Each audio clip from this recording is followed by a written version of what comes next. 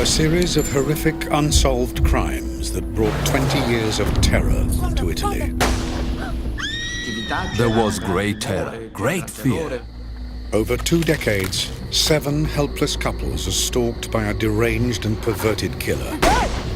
There was a maniac on the loose in Florence, who murdered them and mutilated the genitalia of the young women. I woke up many times at night with the image of mutilated bodies in front of my eyes. Investigators struggle to snare a killer who evades the police at will. There was a widespread sense of hopelessness. This is the story of murders so savage, they could only be committed by a monster.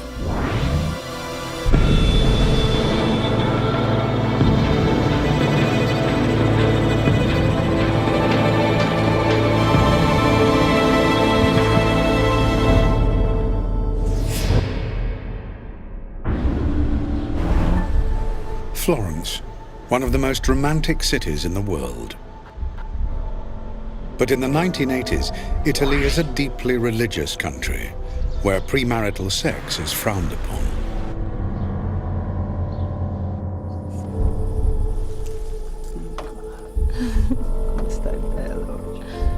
A young couple escape to the countryside, far from the watchful eye of parents.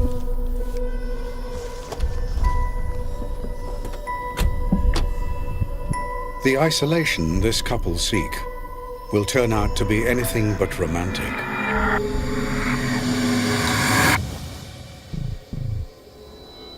On the morning of June the 6th, 1981, an off-duty policeman makes a gruesome discovery. The bodies of 2 young lovers. Forensic pathologist Giovanni Morello examines the victims. The couple had numerous injuries on their bodies. A number of gunshot wounds and a number of knife wounds. Journalist Mario Spezzi is one of the first people on the crime scene. I saw the guy in the car. He seemed like he was sleeping because he had his head resting on the side window. And the only things that showed that something had happened was the pale face, the broken glass, and a small black mark on his head. Former Chief Inspector Ruggero Perugini knows that even the smallest clue could lead them to their killer. Every element of the crime scene is essential. What is missing, what is there, the context. The details are essential. Investigators piece together the victim's final evening. 21-year-old Carmela Di Nuccio and her 30-year-old boyfriend Giovanni Foggi had spent the evening at the local disco before driving up into the hills for a lover's tryst.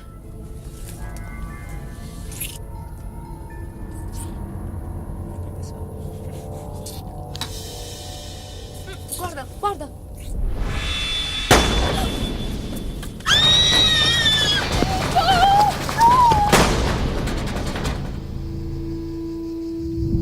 Not only have the couple been brutally executed, the killer has violated the female victim in a sinister and sickening way. We were perplexed by the fury of the attack, especially the violence inflicted on the girl. She had her pubic area cut out.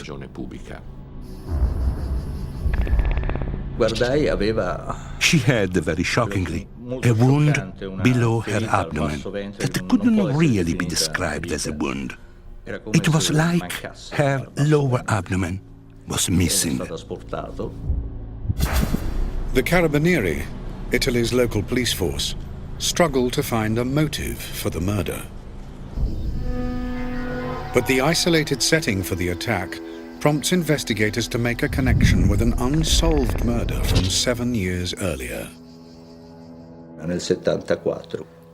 1974, there was a very similar case in an area north of Florence. 2 young people who had been making love in a car were killed. Pasquale Gentilcore and Stefania Pettini have been found viciously murdered in the countryside just outside Florence. And there are other similarities. Again, the murder seems to have no motive, and the female victim was singled out for mutilation. After the death of the girl, an additional number of stab wounds were inflicted on her, mostly around the genital area. A vine branch was also inserted into her vagina. As the people of Florence reel from the shock that the two murders could be linked, the investigation takes a surprising turn. A local man known to spy on courting couples, Enzo Spalletti, is arrested and charged with the murders. The city breathes a sigh of relief. He was known as a peeping Tom. It was believed he was discovered watching this couple and had reacted by killing them. It looked like it was nothing more than a tragic story. But as the Carabinieri hold Spalletti in jail, believing they have caught the killer, their investigation is thrown into turmoil. A young couple spend the evening together. After a movie, they escape to the countryside just outside Florence.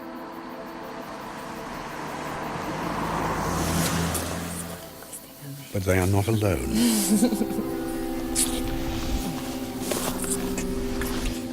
Guarda, guarda! The attack is alarmingly similar to the earlier murders. They're both shot, and the female victim is dragged from the car to be violated. They are identified as 26-year-old Stefano Baldi and his 24-year-old fiancée, Susanna Cambi. They were due to be married in a few months' time. You could not help but notice the beauty of the girl, of her face.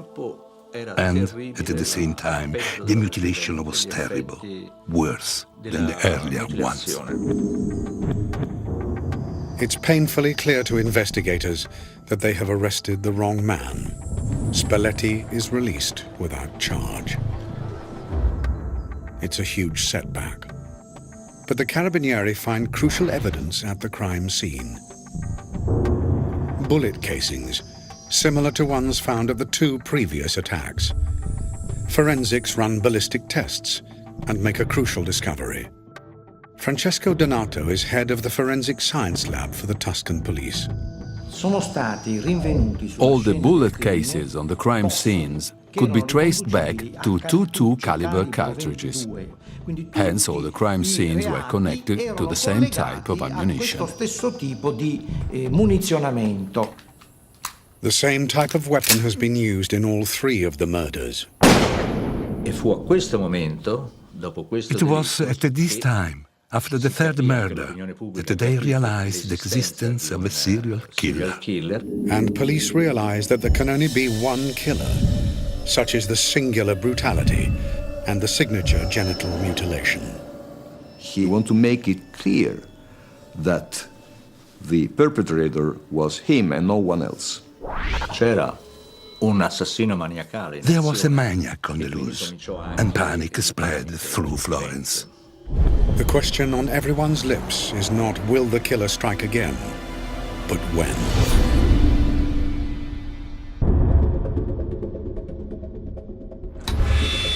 Three couples murdered in the quiet foothills around Florence. 7 years have passed since the first attack in 1974. And the Italian Carabinieri are no further forward in trapping the serial killer responsible for the murders. Journalist Mario Spezzi, who has followed the case from the beginning, gives the killer a name. I used the term the monster of Florence to create a parallel with other historic crimes, such as the monster of Düsseldorf and the monster of Boston. The monster's crimes are identified by a grotesque mark. The entire genital area of the female victim is cut out and removed. Even hard-boiled journalists are doubtful about revealing the truth. The people of Florence are gripped by fear. A killer is amongst them. There were wives denouncing the husbands or former husbands, mothers denouncing the sons, sons denouncing the father. The Carabinieri are frustrated by their lack of progress with the case, and the investigation is suffering due to contamination of vital evidence at the crime scenes. The murders had been committed in the countryside. Mostly they were discovered by people not belonging to the law enforcement. C'erano mazzi di fiori, ghirlande, portate. There were bunches of flowers from people in the village to remember the victims of the monster. Le vittime del mostro. Si allontani! Mi lasci stare ancora un po'? Signora, si allontani! Nessuno indossava calzari. Nobody was wearing shoe covers, nobody wore gloves, and nobody wore overalls. That time there were not the precautions at the crime scene that today are considered standard. Forensic science is still in its infancy in the 1980s, but investigators are starting to build a picture of how the monster operates. Si avvicina lentamente a He questa comes slowly to the vehicle and then, suddenly, using a torch, illuminates the inside of the car. The sudden and violent light has the same effect as a rabbit crossing the road and getting caught in car headlights. The monster takes advantage of this moment to shoot. I colpi d'arma da fuoco. One of the elements which characterized the crime scene was that he killed the man first, and then he dragged the bodies of the female victims far from their fiancés, sort of stressing his possession over the female victim. Abbiamo anche ipotizzato, We hypothesized that, given the way he cut out the pubic area, that he was an expert knife user. Una persona esperto di armi da taglio. A surgeon, a gynecologist maybe. A person who used certain blades as part of his job. Strumenti taglienti. Non avevamo idea del perché uccidesse. But we had no idea why he killed or why he removed these pieces of the female victim. To progress, investigators need to get inside the mind of the monster. But time is against them, and the killer is free to strike again.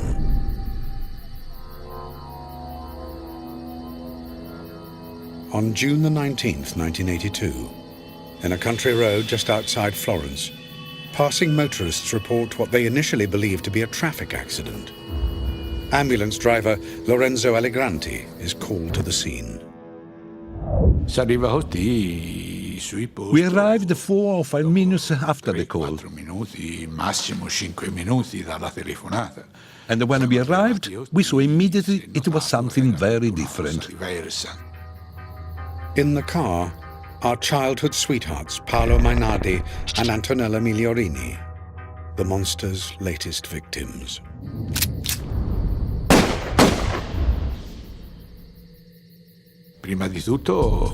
First of all, I saw Antonella.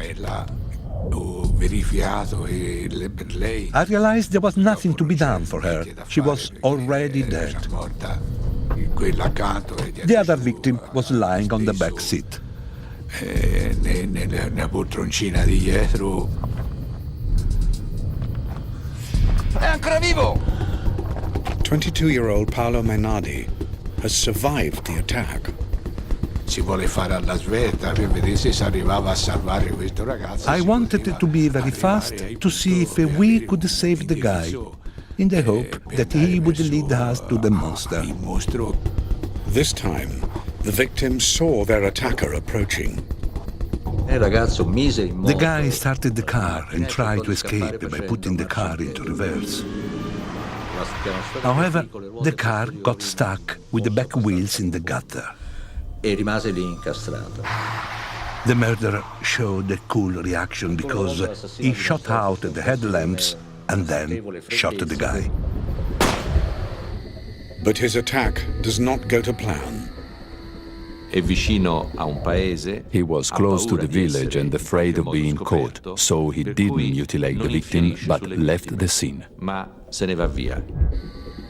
In his panic to escape, the monster has failed to realize that Paolo is still alive. It's the first time the killer has made a mistake. Investigators are desperately hoping that the critically injured Mainardi will survive and help them solve the case.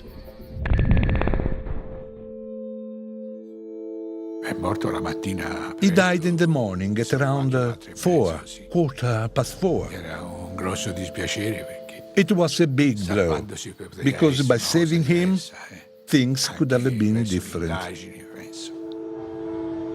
Mainardi has died without being able to reveal anything about the murderer. But the Carabinieri see an opportunity to try and trick the killer and drive him out into the open. Ricordo molto bene che il giorno dopo, anzi il giorno stesso, I remember clearly the day after we were called by the state prosecutor. che ci disse, vi devo chiedere She said, I would like to ask you for a favor. Could you publish a false story that possibly the victim had said something or seen something?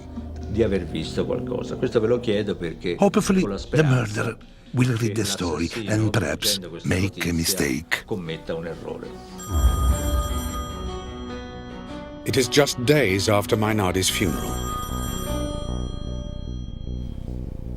Lorenzo Allegranti, the ambulance driver who tended the dying Paolo, is asleep in bed.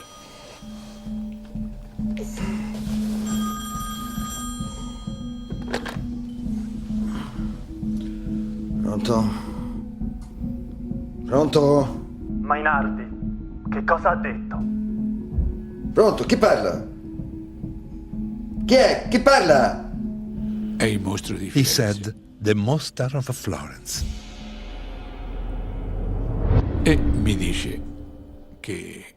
He told me to be very careful because he could carry out a massacre.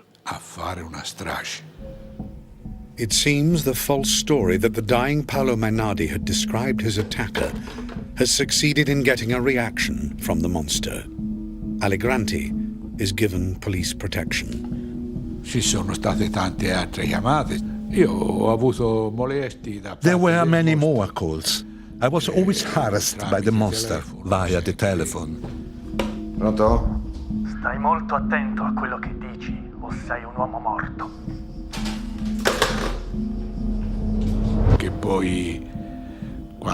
Once he told me to be careful about my family. But the calls cannot be traced. The investigators are running out of time, and they know the monster will strike again. Then, a lead emerges that completely changes the direction of the case.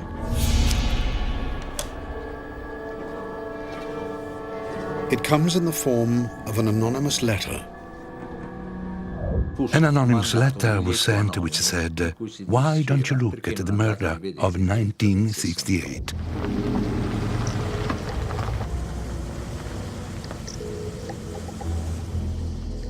"14 years earlier, just outside Florence, a couple were shot dead in their car in an isolated spot.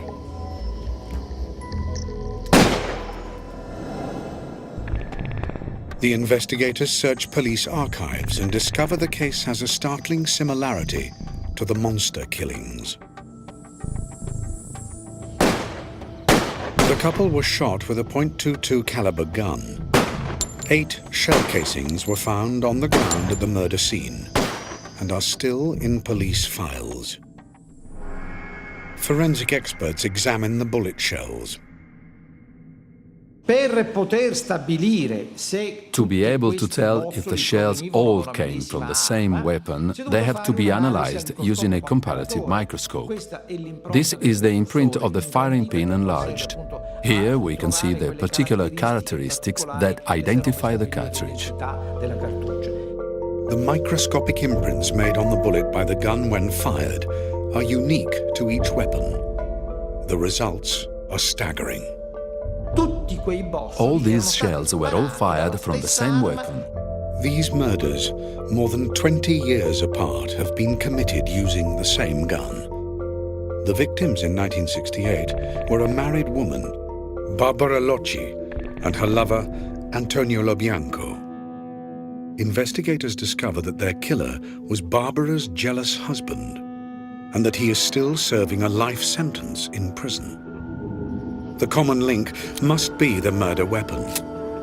The Carabinieri get to work tracing the source of the .22 caliber Beretta that was used to kill Barbara Locci. Someone around that woman, someone from her circle, had the gun. The trail leads them to a notorious thug called Francesco Vinci, who had also been a lover of the murdered Barbara. He was a macho man who liked to show off his masculinity to women. Vinci had a reputation for being violent. As investigators become convinced they have a prime suspect in their sights, new evidence appears which could confirm their suspicions. Days after the murder of Paolo Mainardi and Antonella Migliorini, an abandoned car was found hidden in the woods. The owner has finally been traced. The car belongs to Francesco Vinci. The race is on to construct a case against Vinci. But as the Carabinieri hold their prime suspect in custody, their investigation is once more thrown off track.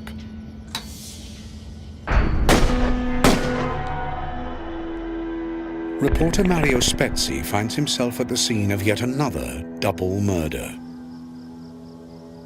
That night I stopped my car there and I came here and I saw all the policemen and magistrates. They were here and they were really shocked because at that time they were sure the monster was in jail. Francesco Vinci was the monster. Investigators quickly run ballistics tests on bullet shells found at the scene. There is no doubt the monster is still at large, and he has killed again.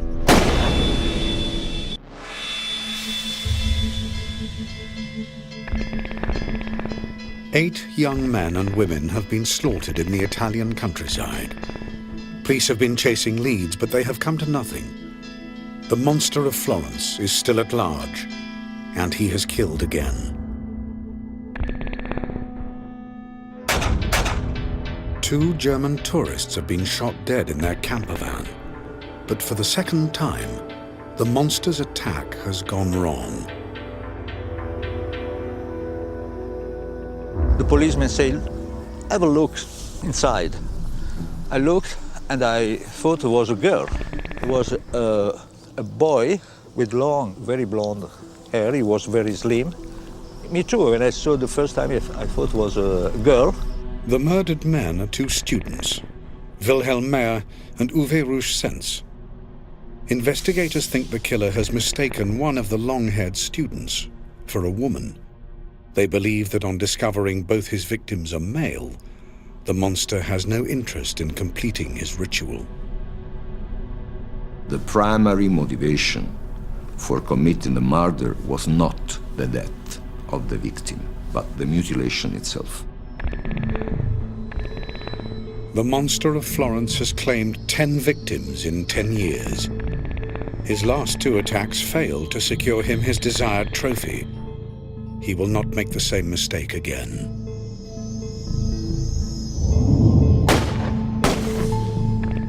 "19-year-old Pio Rontini and 21-year-old Claudio Stefanacci are engaged. Quella sera si appartarono, andarono in una località che si chiama They La went to a Boschetta, place called La e non Boschetta, vedendo ritornare and not dopo seeing questa them notte, returning home after midnight, che li their trovavano, friends perché found them nessuno di loro because they sapeva knew where they dove normally went. normalmente andavano. They too are found shot dead. But this time the mutilation is even more savage. Il rito è sempre il solito. The rite is always the same. He always cuts off the pubic area. However, in this case, the monster also mutilated the woman's breasts. Anche sul seno della donna. Florence is a city in panic. Le coppie dei giovani italiani non si appartano più nella notte. Young Italian couples did not isolate themselves any longer, as they were afraid. In all the shops, in all the bars, there were posters encouraging young people not to go to remote areas, not to isolate themselves, because it was dangerous. Perché è pericoloso.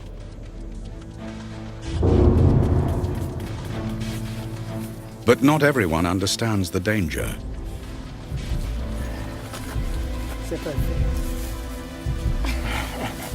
In September 1985, French tourists Nadine Moriot and Jean-Michel Krabishvili are in Tuscany on holiday. They camped in the woods around Scopeti. Salut.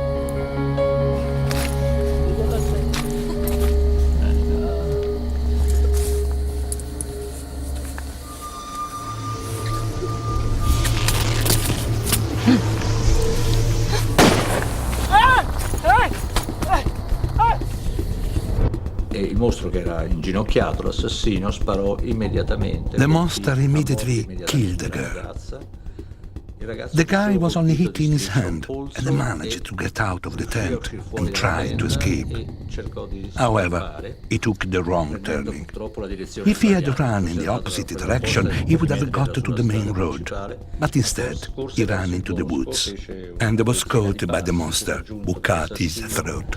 Che gli tagliò la gola.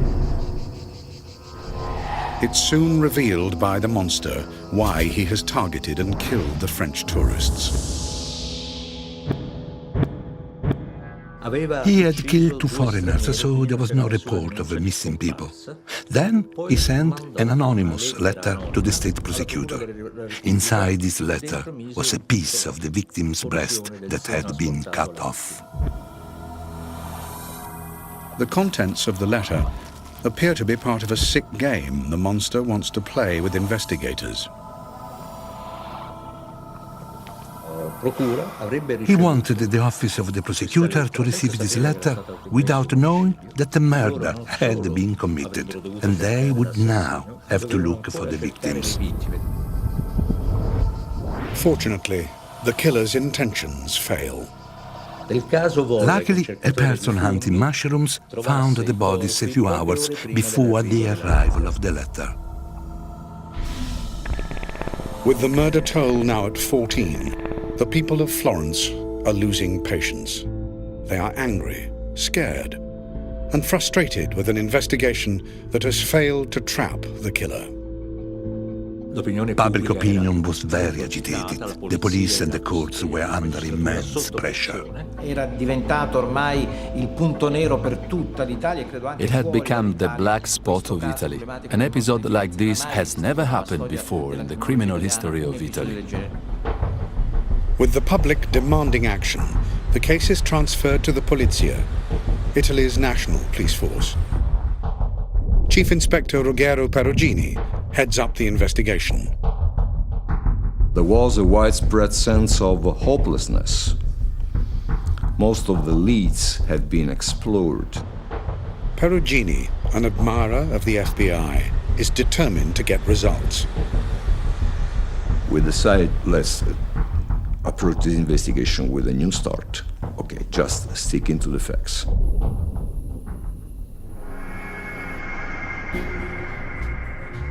Perugini initiates a massive screening program of local criminals, utilizing the new police computers and databases in the Polizia's head office. we decided to start with Tuscany and to analyze those with criminal records who were free to act in those dates. Investigators cross-reference the times and locations of the murders with the movements of the convicted offenders they have identified. One name is coming up again and again. He is a convicted rapist and murderer, and he lives in the crucible of the monster's killing zone. His name is Pietro Pacciani. He is married with 3 children and is a farm laborer. His record makes disturbing reading. C'era un altro episodio che risaliva agli anni 50. In the 1950s, when Pacciani was engaged to a girl who was the beauty of the village, he discovered her in a car with a traveling salesman. Un commesso viaggiatore. He intervened and killed the man. Il commesso viaggiatore. Pacciani served 13 years for the murder of the traveling salesman. There is a detail from his trial in 1951 that interests Perugini. Pacciani said that seeing his girlfriend naked with another man is what had driven him to kill. The sight of the left breast of this girl, together with this man, had unchained his reaction. Could it be that Pacciani is acting out his revenge on women for this betrayal? Perugini questions his prime suspect. He may be a peasant farmer, but the vastly experienced detective soon realizes that Pacciani is a cunning man. I was very much impressed by his brightness and by his ability to manipulate me. I came out from that first contact with the impression that Pacciani could pretty much fit with the profile that we had. The Polizia closely study their prime suspect. Pacciani may be over 60 and have health problems, but investigators believe he is capable of committing murder. Monitoring his behavior, we noticed that this problem didn't prevent him doing things that were not normally compatible with this kind of illness, such as carrying a big trunk of a tree uphill. And we discovered he was a man of a great strength, not tall, but extremely strong. Perugini is convinced he's closing in on the monster, but he needs evidence to build a case against Pacciani. The Polizia embark on a series of rigorous searches at Pacciani's house. It is the longest search ever conducted, 11 days and nights, during which we of the squad hardly slept. The Polizia's perseverance pays off. They find an artist's notebook that could link Pacciani to one of the murders.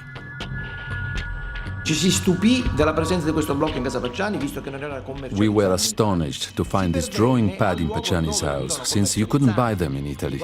We managed to trace where the drawing pads were sold. It was a shop in Osnabrück, the same shop where the 2 young Germans went to buy their drawing books.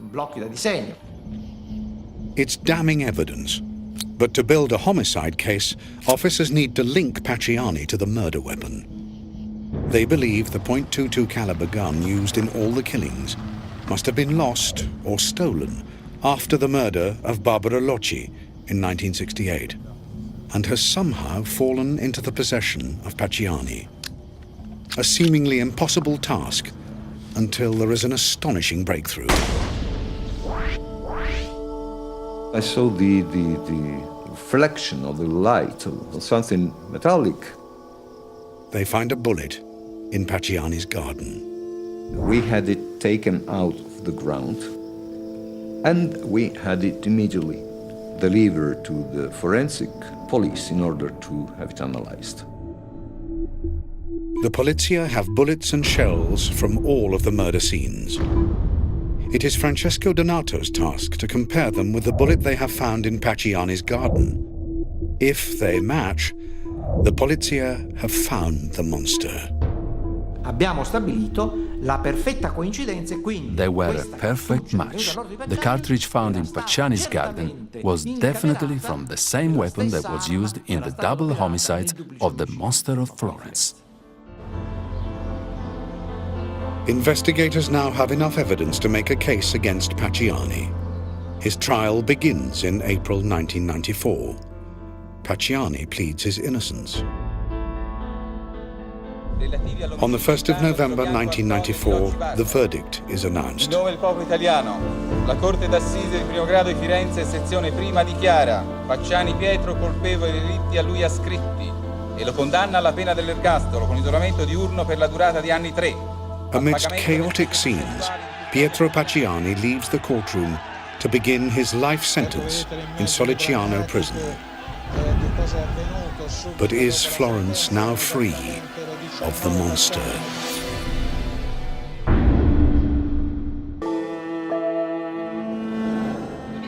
The monster of Florence, Pietro Pacciani, is finally behind bars for 7 brutal double murders. But the polizia have little time to enjoy securing Pacciani's conviction before questions begin to be asked about whether they have the right man. Sister Anna Marie Mazzari is a prison visitor who befriends Pacciani. I believed in the innocence of Pacciani.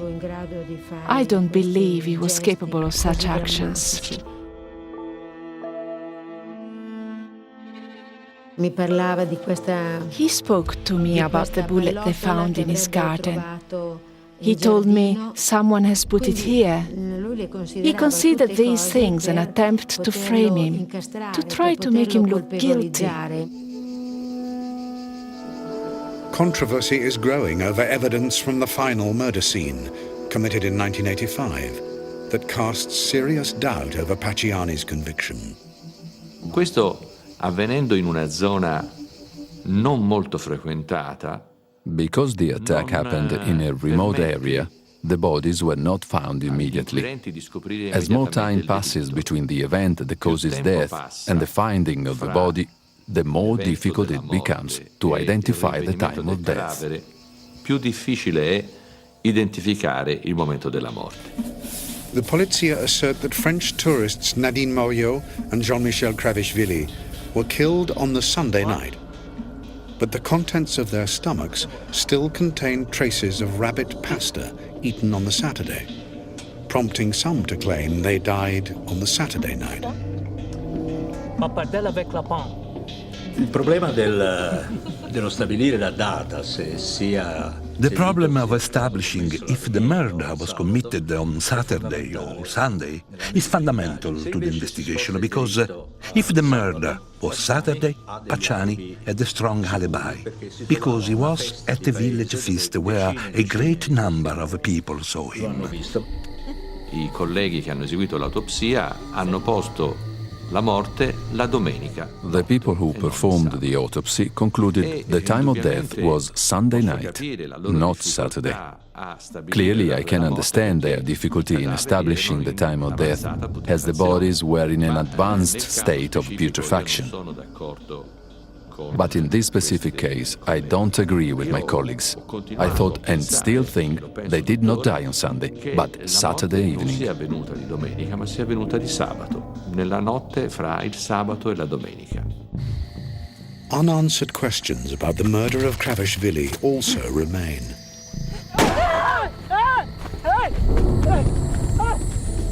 Pacciani era un uomo di più di 60 anni. Pacciani was a man of more than 60 years old.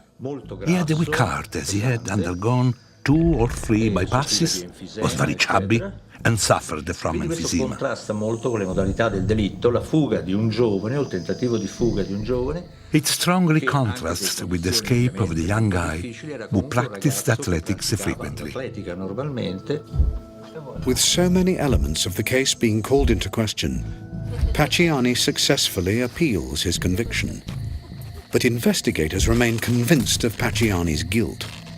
One can question everything and not believe anything. The point of fact is that from the day of Pacciani's sentence, the monster did not eat again. The Polizia are determined not to accept defeat. They return to conduct another search of the evidence seized from Pacciani's house. We found a picture of a woman whose left breast had been outlined by a trait of pen this time, and whose vagina had been outlined. Investigators get to work securing new evidence to prove Pacciani's guilt beyond doubt. But then, the investigation takes a totally unexpected twist. The Polizia find evidence that Pacciani was not acting alone. Two of his friends, Mario Vanni, a retired postman, and vagrant Giancarlo Lotti, confess to helping Pacciani commit the murders. Quando questi hanno reso I loro racconti, they confessed to having taken part. Accusandosi di aver partecipato, di essere stati presenti alla scena del crimine, le dichiarazioni. And their statements were credible because they were consistent with the crime scenes. Erano conseguenziali alla scena del crimine. Both men are found guilty of 4 of the double murders. Vanni gets life, and Lotti, who has cooperated with the police, a reduced sentence of 26 years. The Polizia believe that Pacciani convinced his 2 friends to join him in the murders. Pacciani was a very strong personality. I wouldn't exclude that as he manipulated most of those who were surrounding him, he could have manipulated also other people. Investigators are determined to get Pacciani back behind bars, and the conviction of Lotti and Vanni mean they can retry him. This time, they are certain they will prove conclusively that Pacciani was the leader of a group of cold-blooded murderers. But days before Pacciani's retrial, he is found dead in his home. Mi recai al domicilio del Pacciani stesso. I went into the house and found Pacciani on the ground. His body was taken to the forensic lab, and I did the autopsy, which gave clear results. Pacciani suffered from severe heart problems. It was an exhausted heart. For some, the death of Pietro Pacciani leaves the case unresolved and questions unanswered. I don't think we will ever know who the monster of Florence was. Once the investigation led us to Pacciani, there weren't any more victims. Hence, the monster didn't hit again. Hence, the investigation made sense. I am absolutely convinced that Pacciani was guilty. 100% convinced. One of the biggest questions remaining is why the murders were committed. In 2007, a new suspect, Francesco Calamandrei, a chemist, was accused of being part of a satanic circle that commissioned the monster killings to obtain body parts for ritualistic sacrifices.